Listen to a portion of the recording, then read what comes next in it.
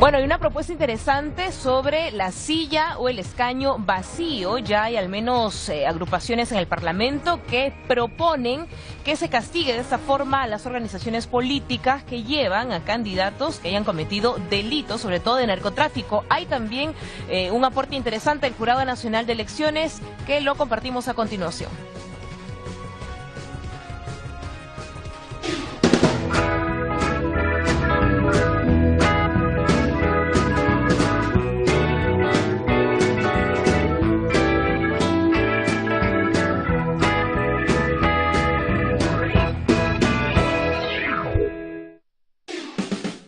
Para fortalecer el sistema democrático en el Perú, los organismos del sistema electoral proponen una reforma de las leyes electorales a través de la nueva ley de partidos políticos, la nueva ley de derechos de participación y control ciudadanos y el Código Electoral.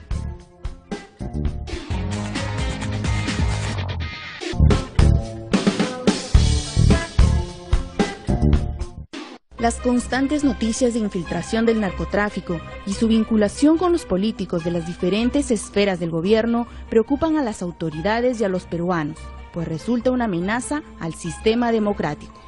La Comisión de Constitución del Congreso de la República propone como sanción en el caso de los parlamentarios implicados en este delito y en el lavado de activos la implementación del escaño vacío. La sanción que va a tener es que va a ser vacada, retirada del Congreso. ¿Y qué va a pasar con su asiento? Nadie más puede entrar a ocupar este espacio. O sea, este espacio va a quedar en blanco, va a quedar como si fuera una silla vacía. Este mecanismo, que ya se utiliza en Colombia desde hace 5 años y que es respaldado por el Jurado Nacional de Elecciones, fue presentado como iniciativa legislativa de 2 organizaciones políticas. Lo que busca es sancionar a la autoridad involucrada en tráfico de drogas y a su vez a la organización política a la que pertenece. Sí, es un delito grave. Y yo creo que esa gente no debería estar en el Congreso en todo caso, ¿no? Pero también nosotros como electores también tenemos que informarnos bien. Lo que propone el dictamen es modificar el reglamento del Congreso, agregando a su artículo 15 una nueva causal de vacancia. Aquel congresista que resulte culpable del delito de narcotráfico y lavado de activos será vacado de su cargo y su puesto no podrá ser reemplazado por otro parlamentario de su agrupación política. La mejor opción es esa. Una buena sanción sería darle la oportunidad, si no es que le den la oportunidad a alguien mejor, con mejores condiciones, pues dejar vacío ese lugar, ¿no? Para que sientan en realidad por parte del Estado la fuerza con la que se puede manejar a este tipo de personas que son corruptas, pues, ¿no? Este escaño que tenía la organización política A, que tenía antes 6 representantes, ahora pasa a tener solamente 5, durante todo el periodo de gobierno que le quede, ¿no? Parlamentarios consultados de distintas organizaciones políticas tienen diversos puntos de vista respecto a la posibilidad de sancionar a aquellas agrupaciones que no realizaron un filtro adecuado en sus listas de candidatos al Congreso.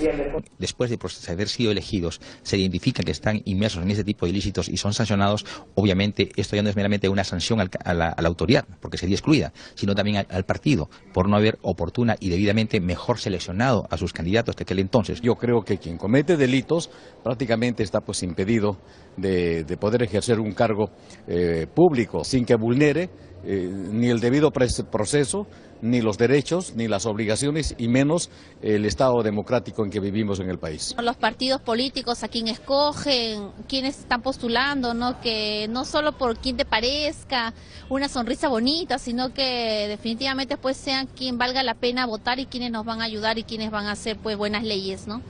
La implementación de la propuesta de la llamada silla vacía ayudaría a que las organizaciones políticas tomen conciencia realmente a quienes ponen como autoridades para representarlos. Tendríamos que cambiar totalmente la norma. ¿Este mecanismo ayudaría a mejorar la imagen de las organizaciones políticas? Yo creo que sí, totalmente. Todo acto que podamos corregir todas estas irregularidades que ha traído a un Congreso a menos, deberíamos tomar esas medidas. La aprobación de esta propuesta podría significar un primer paso para la recuperación de la imagen de las organizaciones políticas, que actualmente gozan de un 60% de desaprobación de todos los peruanos. Les quisiera que sea el mecanismo o proceso que se propongan los partidos para que elijan mejor a sus candidatos, siempre hay algún tipo de debilidad que se encuentra. En este caso, una norma sancionatoria creo que va a ayudar bastante en consolidar de mejor manera una selección mucho más óptima de los candidatos.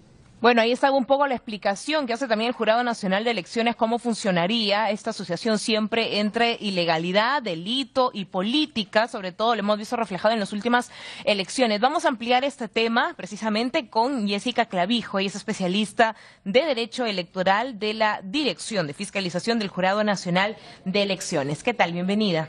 Muchas gracias. Un saludo a todos los televidentes de TV Perú. Efectivamente, como bien veíamos en el reportaje, hay un cierto sabor de aprobación de la ciudadanía en cuanto a mejorar los filtros y los canales de selección de nuestros representantes en el Congreso de la República.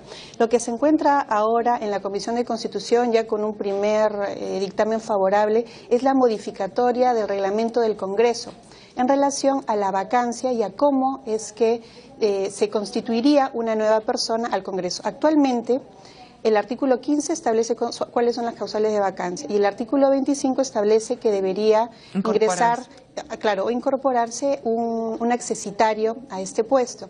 La propuesta está orientada a que esta curul quede vacía en caso la causal de vacancia está relacionada con una sentencia firme por el delito de tráfico ilícito de drogas. O sea, tenemos 130 congresistas. Si se aprueba ese proyecto, se termina por ahí que 10 están involucrados en temas de narcotráfico, con delitos, con denuncias, quedarían 120.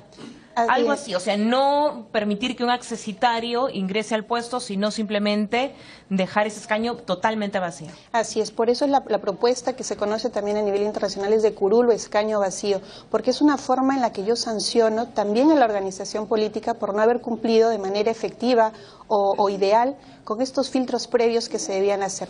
Comentábamos hace un momento de quién es realmente el responsable de hacer este filtro preliminar. Efectivamente son las organizaciones políticas que deben cumplir con un procedimiento de democracia interna. Si lamentablemente esto no sucediera y ya en el ejercicio de sus funciones se detectara que tiene vinculación con un delito tan grave para nuestra sociedad como es el tráfico ilícito de drogas, este congresista sería separado del Congreso de la República y el partido político sancionado de esta manera al no poder incorporar al accesitario. Pero difícil, ¿no? Porque todo empieza definitivamente en estos actos de corrupción. Todo empieza por el tema del financiamiento en las campañas. Entonces, complicado que entre los propios congresistas, sí, tú has financiado, tu dinero viene del narcotráfico, lo hemos detectado, queda fuera, digamos, del partido. Difícil, porque si ellos mismos son los que tienen que establecer el filtro, si ellos mismos tienen que establecer quiénes sí y quiénes no, digamos, entre ellos no creo que exista una sanción verdadera. Pareciera difícil, pero no lo es en tanto haya la voluntad política de ya poder abordar toda la reforma electoral o todo el paquete de reformas electorales que se han presentado. Estas propuestas, por ejemplo, de parte de la bancada nacionalista, de Unión Regional, pero también el Jurado Nacional de Elecciones ha presentado propuestas. Es decir, esta es solo una muestra de todos los cambios que se podrían hacer y las mejoras que se podrían implementar en nuestro sistema electoral. Sobre el financiamiento, sobre democracia interna, ya el Jurado Nacional de Elecciones ha presentado una propuesta en la que, por ejemplo, permitiría que nosotros de manera previa, es decir, antes de que sean presentados como candidatos, podamos fiscalizar esta elección por parte de las organizaciones políticas. Cuando estamos en plenas elecciones internas, entonces. Así es. Esto no se da actualmente. Actualmente no. Actualmente RENIEC no participa en estas elecciones. OMPE es invitada, es decir, una prerrogativa de las organizaciones políticas. Facultativo, el que OMPE, ¿no? así es, pueda apoyarlos con la organización.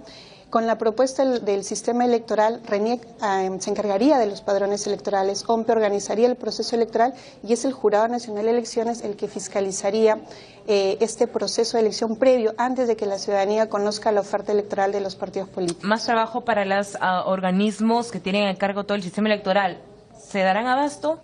¿Podrán establecer los filtros de fiscalización? Sí, actualmente nosotros nos ponemos a disposición de las organizaciones políticas, OMPE brinda asistencia técnica, Jurado cursa las comunicaciones del caso para poder nosotros asistir a estas elecciones. Entonces los recursos se van a programar, lo importante es coadyuvar al fortalecimiento democrático, el fortalecimiento de los partidos y que la ciudadanía tenga también mayor respeto y respaldo hacia quienes son sus representantes en el Congreso. En otros países hay otros delitos también que se consideran como corrupción, lavado de activos. En el caso de Colombia, el que haya un tipo de patrocinio. Nexo con paramilitares. Con nexo, patrocinio, financiamiento con grupos paramilitares. En el Perú se está dando este primer paso en orden al tráfico ilícito de drogas, que es un flagelo para nuestra sociedad. ¿Más que incluso el lavado de activos?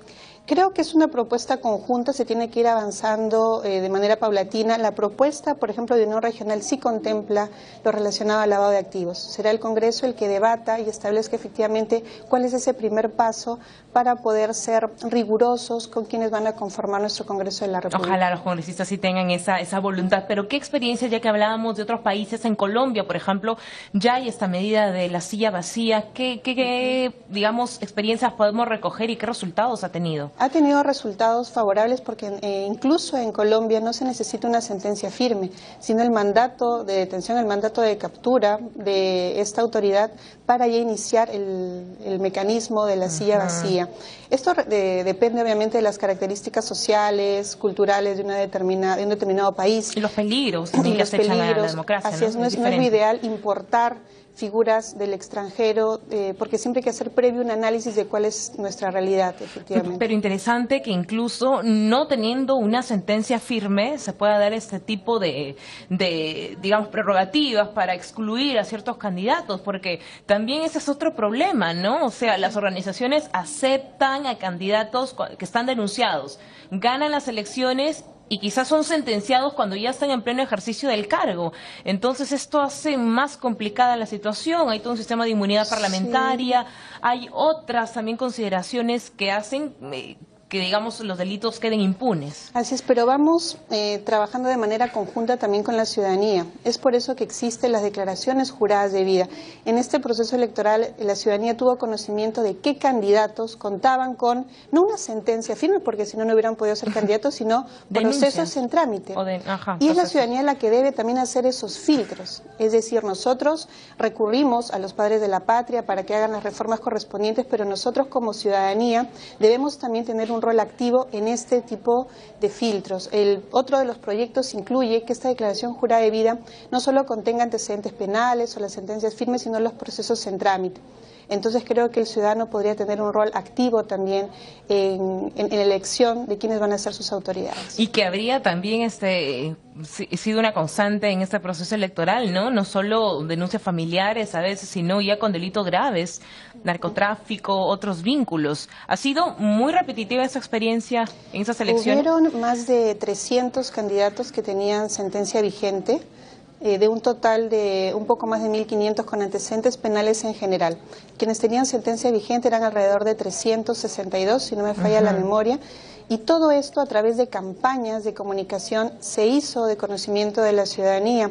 El Jurado Nacional de Elecciones cuenta con un sistema de redes muy importante, incluso teniendo Brasil mayor cantidad de electores, el Perú cuenta con mayor cantidad de visitas en sus páginas de Facebook, del Infogop, de Twitter.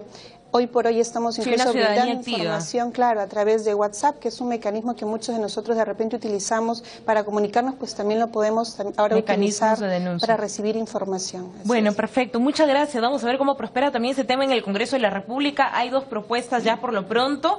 La bancada nacionalista, la bancada de unidad regional con la congresista Lourdes Alcorta. Muchas gracias a Jessica Clavijo, especialista en Derecho Electoral del Jurado Nacional de Elecciones.